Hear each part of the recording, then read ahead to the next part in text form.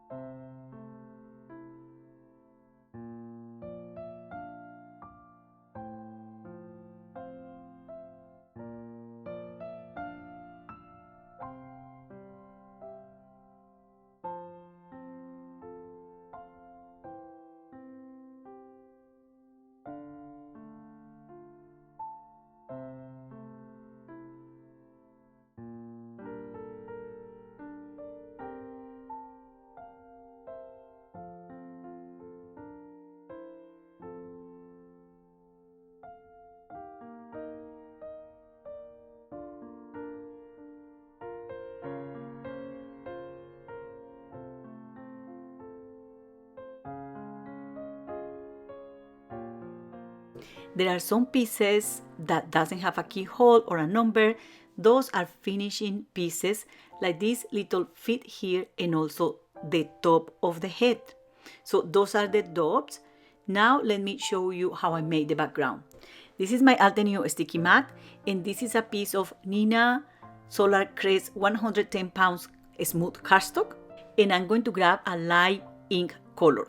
I'm going to pass the impact directly on the paper from the top to the bottom in a curved motion and just once. Now we are going to grab a slightly darker color. This is Cloudy Sky, and we are going to pass this impact from side to side of the cardstock doing the same motion. So just to make clear, first we go from the top to the bottom and then we go side to side. Now grabbing an even darker ink, we are going to pass the impact from the sides of the cardstock to the center, creating some strokes.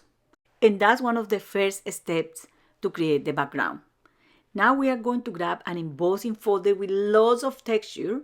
So you don't want an embossing folder here that has many gaps between shapes. You want something geometrical or something floral like this one that is called Flourishing Garden. And we are going to emboss that piece of paper. At this stage, you cannot see the embossed image, but it's there. You can feel the texture.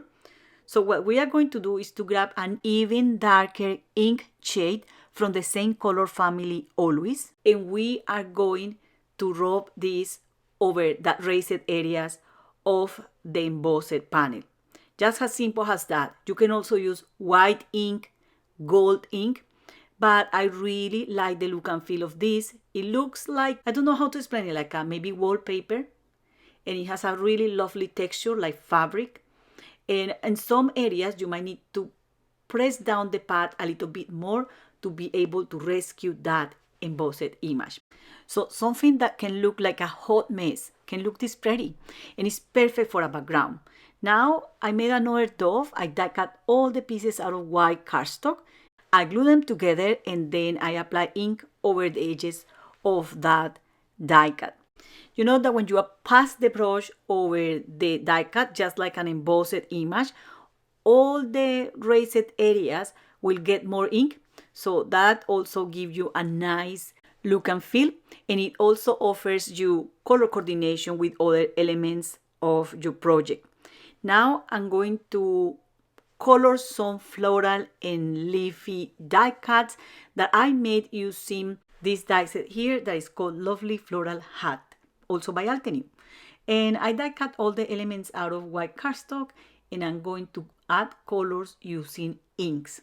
I really like color degradation and all the drama that the inks add to die cuts, and it's so super easy to do, and it's fast. You see here, this is real time. It doesn't take me more than 3 minutes to color all these images and also to put them together.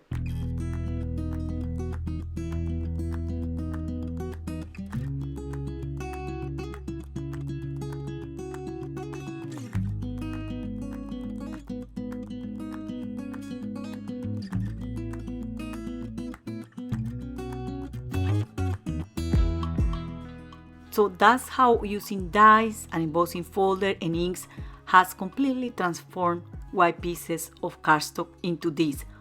We are going to need a blank piece, that is this one here, and I made using ornate nested die set by Altenew as well, because I wanted a base or something I could build around my scene.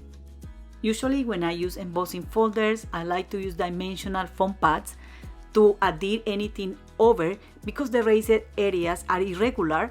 So to separate that from the piece I'm adhering on top, I use the foam pads. There are foam pads that are very thin, so you just have a little bit of dimension, and there are foam pads that are very thick for super dimension. These ones are thin, so the dimension is very subtle. It almost looks like if that panel is glued directly on the embossed panel, but it's not. I'm also going to trim the edges of this panel just to make sure that I will have a white frame around the edges once I glue this on the card base. There are many design opportunities here. I'm going to adhere the flowers in that corner, and for the leaves I like to pinch the bottom of the leaf, add glue only in that portion of the leaf, and adhere it like so. And in that way, that kind of leaves are never glued completely over the background piece, but they have dimension and shape, and that gives a lot of interest to the designs. So it's just when I'm using this type of a small leaf I do this, and in general for any die cut I only add a little bit of glue at the back of the die cut to adhere it in place. That gives me room to slide things underneath them after, or to move things around if I need it without damaging the background panel. Altenew recently sent me this instant dimension tape. It's quite thick, look at that. So you can use it also to create dimensional foam pads if you need to, and these ones are very thick. What happened there is that I already have a layer of flowers that had some dimension or add some bulk on the card. So I need to stick the dove in a way that it raises over those flowers just a little bit. So this tape was perfect for that, and I could trim the length of tape I needed for different areas of that die cut. So yes, this card is going to have some dimension, but in my experience you can post it or mail it and the paper doesn't get damaged that easy. And if you use, for example, a cello bag and then you put this inside an envelope, it will guarantee that if the envelope gets wet, for example in winter or something, your card is going to be in good shape. So that's pretty much it. we might need to add a sentiment, and there is a perfect spot on top of the dove to add a stamped sentiment, but because I didn't think about that previously, now I might need to add a die cut. And I'm thinking here what I'm going to do while I do my card base. And to create my card bases, I use a scoring board. And if you see here, always before pressing down the fold, I align the edges and then I use the bone folder to completely flatten that up.